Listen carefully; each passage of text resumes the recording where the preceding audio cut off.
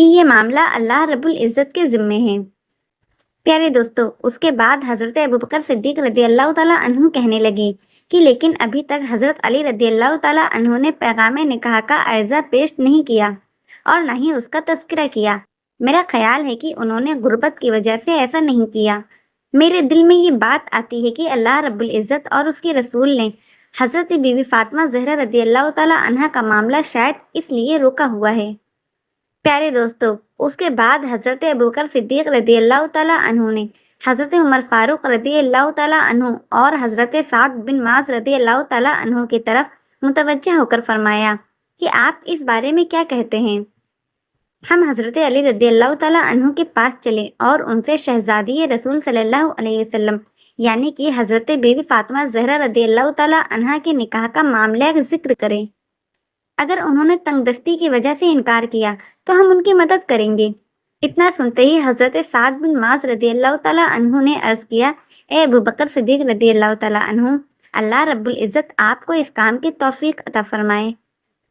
اس کے بعد یہ تمام صحابہ مسجد نبوی شریف سے نکل کر حضرت مولا علی کرم اللہ وجہ الکریم کی تلاش میں ان کی مسجد میں جا پہنچے۔ لیکن جب یہ صحابہ اکرام حضرت علی رضی اللہ تعالیٰ عنہ کی مسجد میں پہنچے تو حضرت مولا علی رضی اللہ تعالیٰ عنہ وہاں موجود نہیں تھے۔ معلوم کرنے کے بعد پتہ چلا کہ حضرت مولا علی رضی اللہ تعالیٰ عنہ اس وقت کسی انصاری کے باغ میں اجرت پر اونٹوں کے ذریعے پانی نکالنے میں مصروف ہے۔ آخر کار یہ صحابہ کرام، یہ تینوں صحابی حضرت علی رضی اللہ تعالیٰ عنہ کی طرف چل دیے۔ جب حضرت علی رضی اللہ تعالیٰ عنہ نے ان سب کو دیکھا تو پوچھا، اے میرے یارو، کیا معاملہ ہے؟ یہ سن کر حضرت ابوبکر صدیق رضی اللہ تعالیٰ عنہ نے ارشاد فرمایا کہ اے علی رضی اللہ تعالیٰ عنہ، اصل میں بات یہ ہے کہ قریش کے معززین نے بنت رسول حضرت بی بی فاطمہ زہرا رضی اللہ تعالیٰ عنہ کے لیے پیغام نکاح دیا، لیکن حضور صلی اللہ علیہ وسلم نے یہ کہہ کر لوٹا دیا کہ یہ معاملہ اللہ رب العزت کے ذمے ہے۔ لیکن اے علی رضی اللہ تعالیٰ عنہ، ہم یہ دیکھتے ہیں کہ آپ ہر اچھی عادت سے کامل طور پر متصف ہے اور پیارے نبی صلی اللہ علیہ وسلم کے قرابت دار بھی ہیں، تو پھر آپ کے لیے اس میں کیا رکاوٹ ہے؟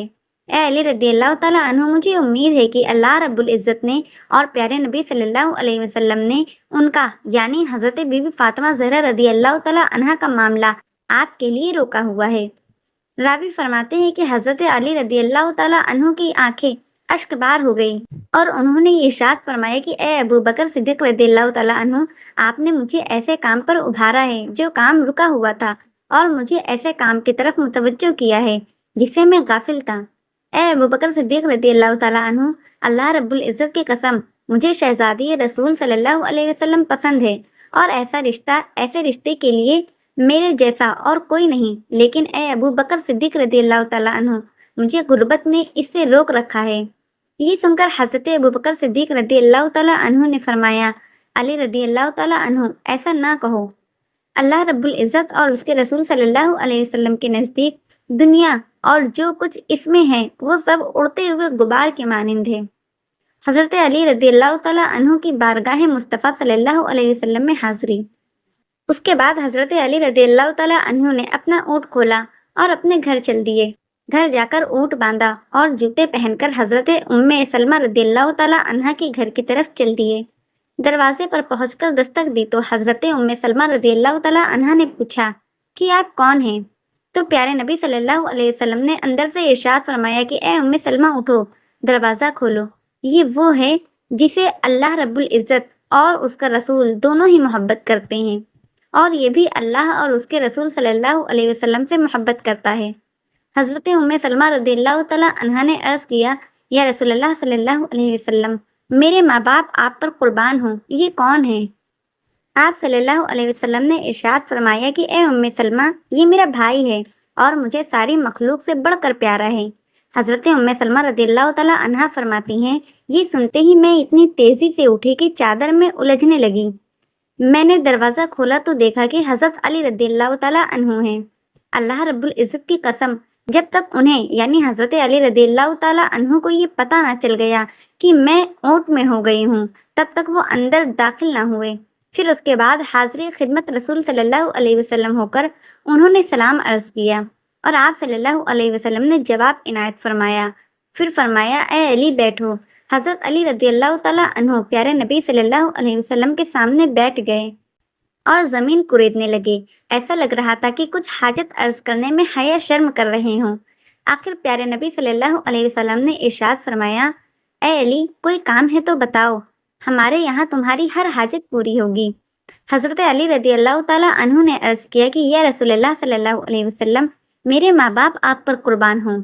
آپ صلی اللہ علیہ وسلم جانتے ہیں کہ آپ نے مجھے اپنے چچا اور چچی فاطمہ بنت اسد سے لیا ہے۔ میں اس وقت ایک چھوٹا بچہ تھا، لیکن آپ صلی اللہ علیہ وسلم نے میری رہنمائی فرمائی، مجھے ادب سکھایا، مجھے شائستہ بنایا۔ آپ صلی اللہ علیہ وسلم نے مجھ پر ماں باپ سے بڑھ کر شفقت اور احسان فرمایا۔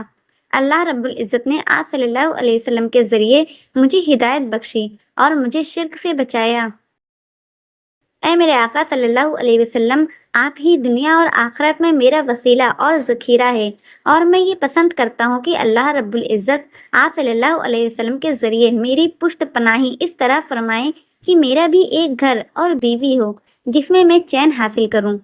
یہی عریضہ لیے میں آپ صلی اللہ علیہ وسلم کی خدمت اقدس میں حاضر ہوا ہوں۔ یا رسول اللہ صلی اللہ علیہ وسلم، کیا آپ اپنے لخص جگر حضرت بی بی فاطمہ زہرا رضی اللہ تعالیٰ عنہا کا عقد نکاح میرے ساتھ فرمانا پسند فرمائیں گے؟ سبحان اللہ۔